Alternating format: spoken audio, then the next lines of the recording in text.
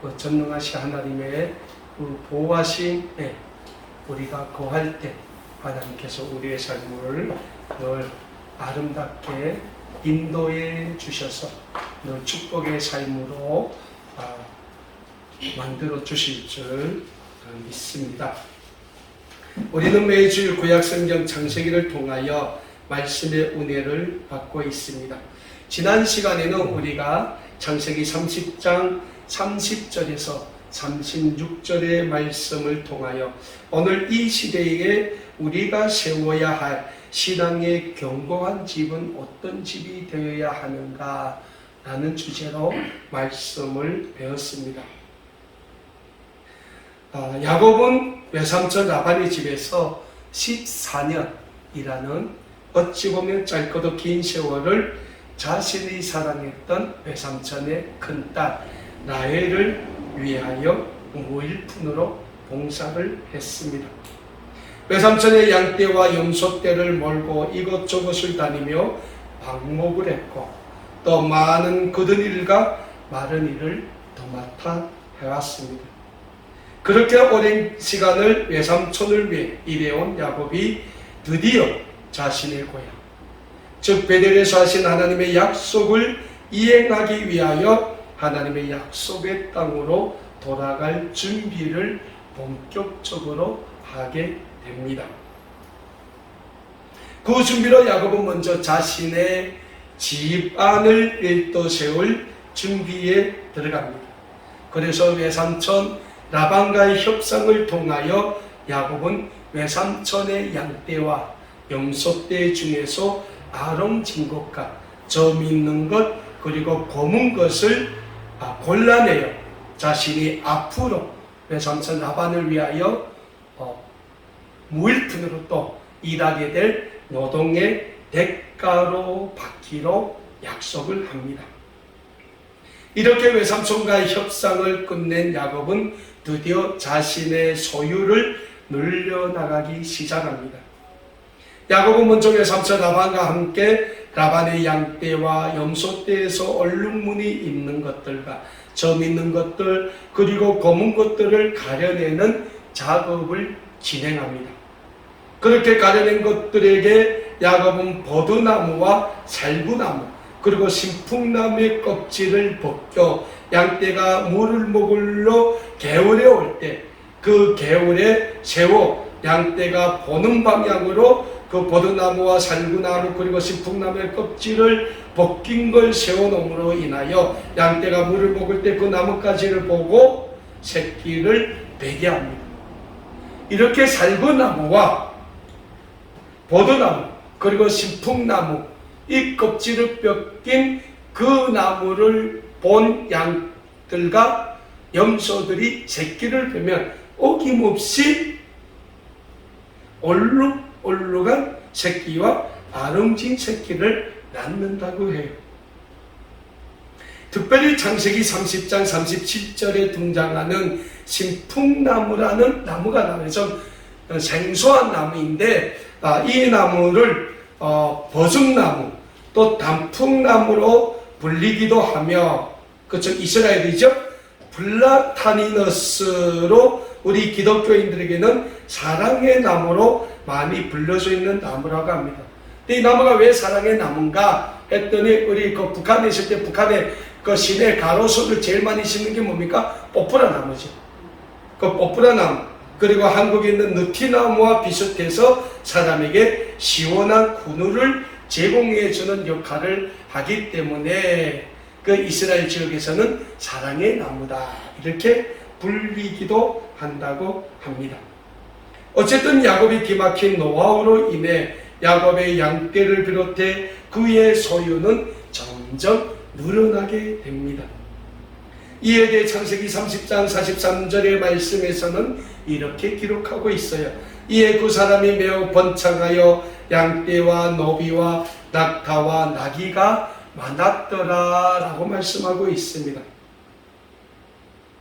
사랑하는 여러분, 야곱이 이렇게 버드나무와 살구나무, 신풍나무 그 껍질을 뺏긴 그 나무를 개울가에 세워서 그 물 먹으러 개울에는 양들과 염소들이 그걸 보면서 물을 먹으면 왜 아롱진곳과 얼룩진 새끼를 넣게 될까요? 이거는 야곱이 14년이라는 긴 나날 동안 외삼촌 라반의 집에서 양과 염소를 치면서 배운 야곱만의 노하우라는 거예요.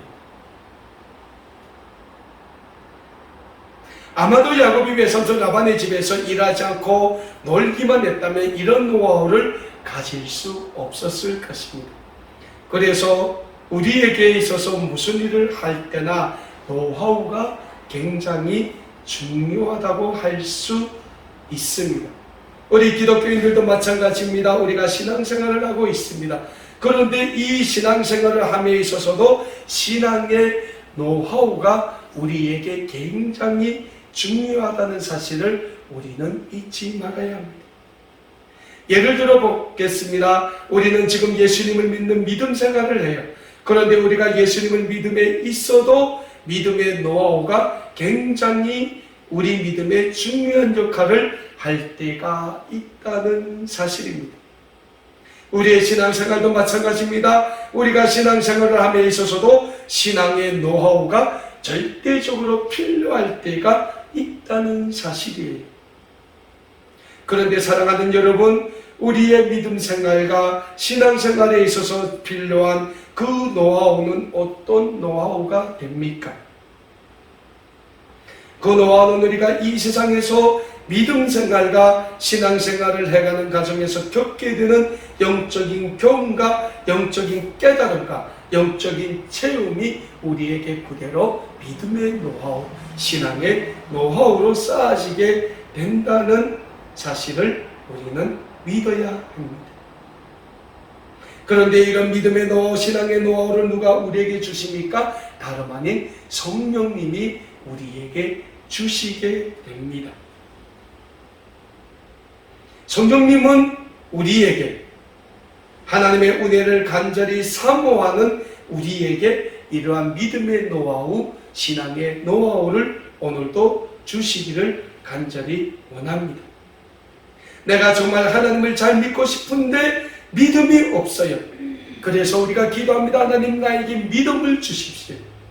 내가 정말 신앙생활을 잘하고 싶은데 신앙생활을 잘할 수 있는 영적인 체험을 나에게 허락하여 주시옵소서라고 간절히 기도하는 사람에게 성령님은 영적인 체험과 영적인 감동을 주시게 된다는 거예요. 신약성경 마가복음 9장 17절에서 19절의 말씀을 보면 귀신 들린 아들을 예수님께로 데려와 고쳐줄 것을 애원하는 한 아버지의 모습이 기록되어 있습니다. 한 아버지에게 귀신 들린 아들이 있습니다. 귀신은 이 아들을 늘 거꾸러뜨리고 거품을 물게 하며 이를 갈게 하며 온몸을 부들부들 떨게 만들고 불에도 뛰어들게 하고 물에도 뛰어들게 만듭니다. 그래서 그 아이의 아버지가 예수님의 12제자에게 그 귀신 들린 아들을 데려와 자기 아들의 몸에서 귀신을 쫓아주기를 간절히 원했어요. 그런데 어떻게 된 일입니까? 예수님의 12제자들이 그 아이의 몸에 있는 귀신을 쫓아내지 못하는 거예요. 그래서 그 귀신 들린 아이 아버지가 다시 자기 귀신 들린 아이를 데리고 예수님께로 찾아옵니다. 그리고 예수님께 말합니다. 예수님, 할 수 있거든. 우리 아들을 불쌍히 여기시고 도와주십시오. 근데 그 귀신 들린 아이 아버지의 간절한 호소에 예수님이 뭐라고 말씀합니까? 할 수 있거든. 할 수 있거든. 무슨 말입니까? 믿음이 있는 자에게 능치 못한 일이 없다고 예수님이 말씀하십니다. 그 예수님의 말씀 앞에 그 귀신 들린 나의 아버지가 무릎을 꿇습니다. 그리고 예수님께 호소합니다. 선생님, 내 믿음이 없는 것을 불쌍히 여겨 주시옵소서. 내 믿음이 없는 것을 불쌍히 여겨 주시옵소서. 그 귀신 들린 나의 아버지가 예수님 앞에 자신의 믿음 없는 걸 도와달라고 호소했을 때 예수님은 그 귀신 들린 나의 몸에 있는 귀신을 쫓아내 주심으로 믿음이 승리함을 보여주셨다는 사실을 우리는 마가복음 9장 17절에서 19절의 말씀을 통하여 우리는 잘 알 수 있게 됩니다. 사랑하는 여러분, 주님은 오늘 우리에게도 이 귀신 들린 아이의 아버지와 같은 간절한 믿음의 호소를 원하고 계십니다. 우리의 신앙의 삶, 믿음의 삶이 늘 하나님께 영광을 돌리는 복된 삶, 축복의 삶이 되고자 하는 간절한 바람이 있다면 하나님은 성령님을 통하여 우리의 삶의 날마다 시간마다 놀라운 축복의 은혜를 경험하게 해 주실 줄 믿으시길 간절히 축원합니다. 그래서 우리에게 무엇보다 중요한 게 믿음이 중요하다고 하는 거예요. 자, 야곱의 소유가 점점 늘어나자 이에 불만을 품는 세력이 나타나게 돼요. 그들은 다름 아닌 외삼촌 라반의 아들들입니다. 창세기 31장 1절에 보면 당시 라반의 아들들이 야곱에게 어떤 불만을 품고 있는지 잘 기록하고 있어요. 창세기 31장 1절의 말씀입니다. 야곱이 라반의 아들들이 하는 말을 들은 즉 야곱이 우리 아버지의 소유를 다 빼앗고 우리 아버지의 소유로 말미암아 이 모든 재물을 모았다 하는지라 라고 기록하고 있어요.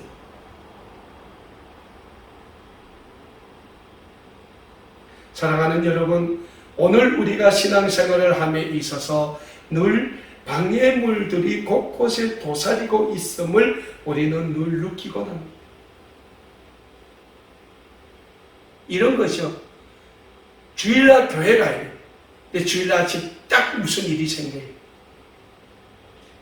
물론 피치 못할 사정일 수도 있고 피치 못할 사정이 아닐 수도 있어요.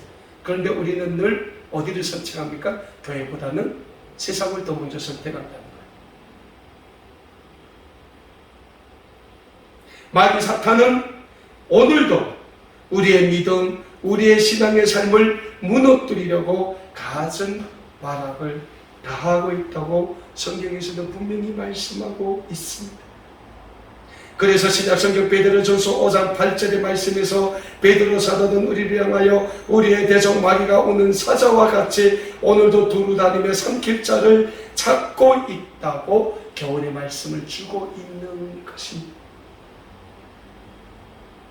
오늘 창세기에서 야곱의 소유가 많아지자 외삼촌 라반의 아들들이 야곱을 시기하기 시작합니다.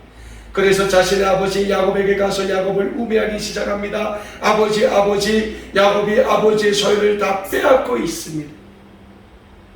야곱이 아버지의 소유로 자기의 재산을 불고 나가고 있습니다. 이러다 우리가 거지가 됩니다. 근데 야곱이 맨 처음에 외삼촌 라반과 계약할 때 어떻게 합니까? 외삼촌 라반의 염소 떼와 양 떼에서 가장 약하고 가장 보기 드문 것만 자기의 소유로 찾았다는 거예요. 그걸 가지고 자기의 소유를 불고 나간 것은 전적으로 야곱의 노하우였다는 거예요. 근데 옛날부터 그런 말이 있지 않습니까? 사촌이 땅을 사면 괜히 배가 아프다. 이 라반의 아들들이 보니까 자기 아버지의 소유는 점점 줄어들고 야곱의 소유는 점점 늘어나자 불만을 품은 거예요. 시기하는 거죠. 질투하는 거예요. 그 아들들의 말을 들은 외삼촌 라반이 야곱을 바라보는 눈길이 전과 같지 않았다라고 창세기 31장 2절에서 또 말씀하고 있어요. 뭐라고 말씀합니까? 야곱이 라반의 안식을 본즉 자기에 대하여 전과 같지 않더라. 자기 마음에 안 든다는 거예요. 아들들 말 들으니까 정말 그런 것 같아요. 결국 어떻게 됩니까? 상황이 야곱에게 불리하게 전개되기 시작합니다. 그래서 야곱이 하나님께 기도합니다. 하나님, 제가 외삼촌 라반의 집을 떠나 하나님이 약속하신 고향으로 돌아갈 때가 이때입니까? 기도합니다. 어느 본문 말씀에서 야곱이 기도했단 말은 없어요. 근데 야곱은 기도했어요. 기도했기 때문에 하나님이 또 야곱에게 나타나십니다. 창세기 31장 3절입니다. 여호와께서 야곱에게 이르시되 내 조상의 땅 내 족속에게로 돌아가라. 내가 너와 함께 있으리라 하신지라 라고 하나님이 야곱에게 말씀을 하십니다. 하나님으로부터 기도 응답을 받은 야곱은 외삼촌 라반의 집을 떠나기로 결심하고 라헬과 레아를 자신의 양떼가 있는 곳으로 불러내어 설득하기 시작합니다. 오늘 본문 말씀인 창세기 31장 11절에서 13절에 기록되어 있는 말씀이죠. 내가 보니 외삼촌 라반의 눈길이 전과 같지 않더라. 나는 외삼촌과 계약한 걸 가지고 나는 내 소유를 불컸는데 외삼촌의 아들들이 나를 시기하고 있다. 그래서 나는 이제 내 고향으로 돌아가야 되겠다. 나는 그대들이 내가 외삼촌 라반을 어떻게 섬겼는지 누구보다 잘 알 거라고 생각합니다. 베델에서 나를 축복하신 나의 하나님이 내가 고향으로 돌아가는 모든 노정에서 나와 함께 하시겠다고 약속하셨다. 그런데 어떻게 된 일입니까? 야곱이 자신의 고향으로 돌아가겠다는 이야기를 들은 라헬과 레아도 야곱의 의견에 전적으로 동의하고 있다는 거예요. 오늘 본 말씀 창세기 31장 14절에서 16절의 말씀입니다. 라헬과 레아가 그에게 대답하여 이르되 우리가 우리 아버지 집에 무슨 분깃이나 유산이 있으리요. 아버지가 우리를 팔고 우리의 돈을 다 먹어버렸으니 아버지가 우리를 외국인처럼 여기는 것이 아닌가. 하나님이 우리 아버지에게서 취하여 가신 재물은 우리와 우리의 자식의 것이니 이제 하나님이 당신에게 이루신 일을 다 주니라. 그래서 우리는 자녀들에게 잘해야 돼요. 외삼촌 라반이 라헬을 꼬시기 위해서 어떻게 했습니까? 7년 동안 봉사라고 해서 야곱이 7년 동안 물품으로 봉사했는데 라헬을 준 게 아니라 레아를 줬잖아. 사기친 거죠. 그리고 또 라헬을 줄 테니 7년을 또 봉사하러 가는 거예요. 그러니까 라헬과 레아는 자기 아버지가 어떤 행위인지 너무 잘 알잖아요. 그러니까 뭐라고 합니까? 아버지가 자기들을 돈을 받고 팔았다는 거예요. 자기네 돈을 다 아버지가 먹어버렸다는 거예요. 왜? 결국 야곱은 자기네 남편이잖아요. 가족이잖아요. 14년은 물품으로 일했다는 거예요. 그러니까 라헬과 레아가 뭐라고 합니까? 하나님이 우리 아버지에게서 취하여 낸 것은 다 우리와 우리의 자녀의 것이다. 우리 자식의 것이다. 그게 가족은 못 속인다는 거예요. 응? 결국 라헬과 레아가 야곱에게 뭐라고 합니까? 이제 하나님이 당신에게 이루신 일을 다 주리라. 우리는 따르겠습니다. 이렇게 되어 야곱은 긴 나날 동안 이어진 외삼촌 라반의 집에서의 삶에 종지부를 찍고 자신의 고향 하나님이 베델에서 약속하신 약속의 땅으로 돌아가게 된다는 거예요. 사랑하는 여러분, 야곱의 삶을 우리가 놓고 보면 어찌 보면 그의 삶은 파란만장한 삶이라고 할 수 있습니다. 어머니 태중에 있을 때부터 야곱은 욕심이 많았습니다. 그래서 형 에서보다 먼저 이 세상에 태어나려고 형의 발꿈치를 쥐고 이 세상에 태어난 야곱입니다. 그러다 보니 자신이 형이 되지 못한 한이 있었을 것입니다. 그 한을 채우려 온갖 모략과 술수를 동원해 형 에서의 장자권을 빼앗았고 형 에서가 받아야 될 장자의 축복을 가로채게 됩니다. 결국 그러한 사건들로 인해 형 에서의 보복을 피해 외삼촌 라반의 집으로 도망가는 도망자의 신세로 전락한 야곱의 삶입니다. 그런데 그런 도망자의 야곱의 삶에 누가 나타납니까? 하나님이 베델에서 그에게 나타나십니다. 그리고 야곱에게 약속하십니다. 내가 너로 큰 민족을 이루고 내가 너로 너 고향으로 다시 돌아오게 하겠고 내가 너와 함께 하시겠다고 하나님이 약속을 하시는 겁니다.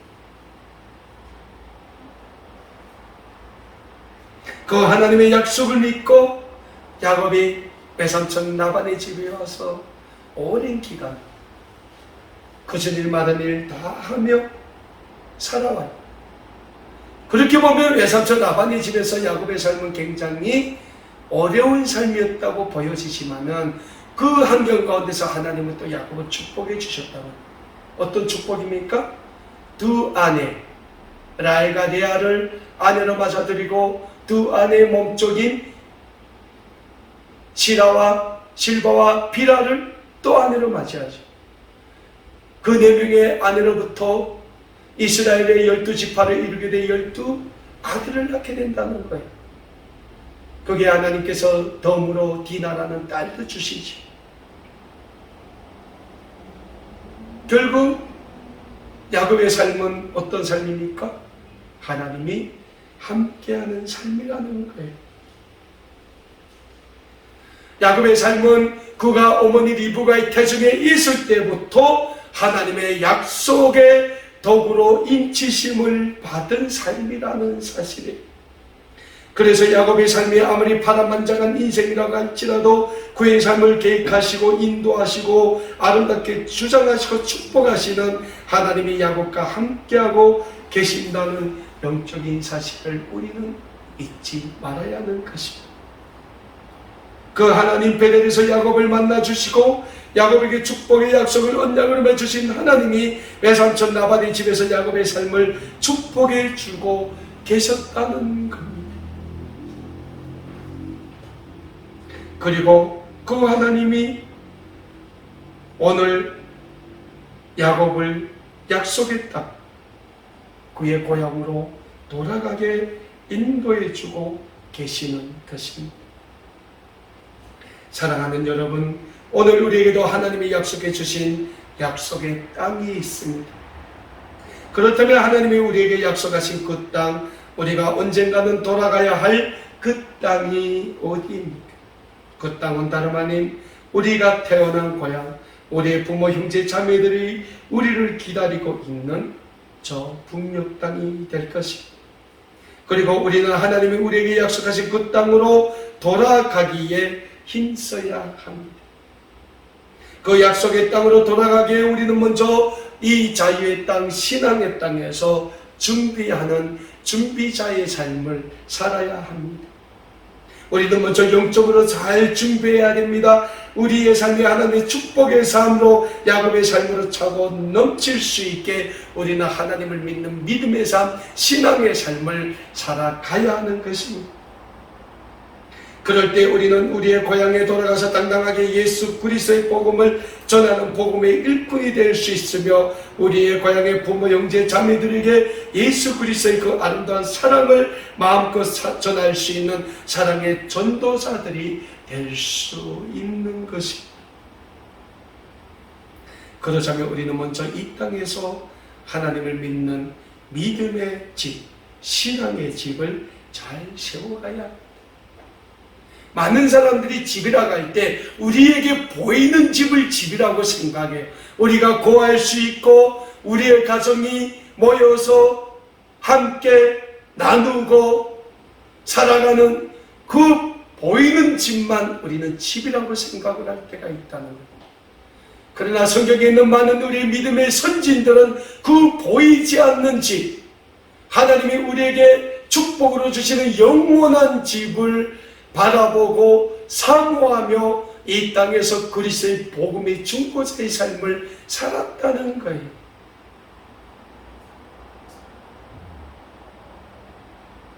우리가 오늘 하나님이 우리에게 축복해 주실 그 믿음의 집, 신앙의 집, 그 영원한 집을 바라보며 이 땅에서 하나님 앞에 온전한 믿음의 삶, 신앙의 삶을 우리가 살아간다면 하나님은 우리의 삶, 우리에게 보이는 집뿐 아니라 우리의 모든 삶을 아름답게 축복해 주시게 된다는 영적인 사실을 우리는 잊지 말아야 합니다.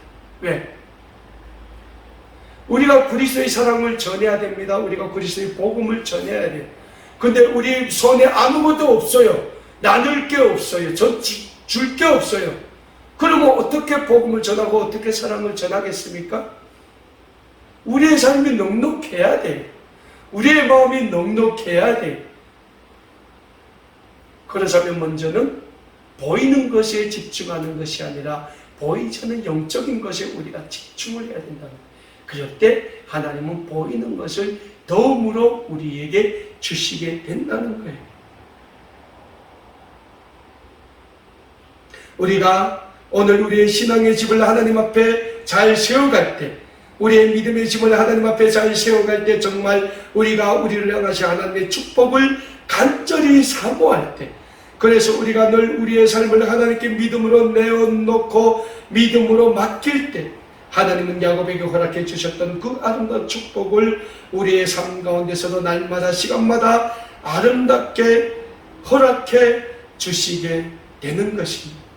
하나님의 이 놀라운 축복의 역사, 하나님의 이 아름다운 축복의 선물, 우리의 삶 가운데 늘 임마누엘의 축복으로 날마다 시간마다 가득하게 되심으로 우리가 하나님의 약속의 땅으로 돌아갈 때 하나님을 찬양하며 하나님의 영광을 우리가 전하며 돌아갈 수 있는 모든 믿음의 백성들이 다 되실 수 있기를 이 시간 우리 주님의 이름으로 간절히 축원합니다. 기도하겠습니다.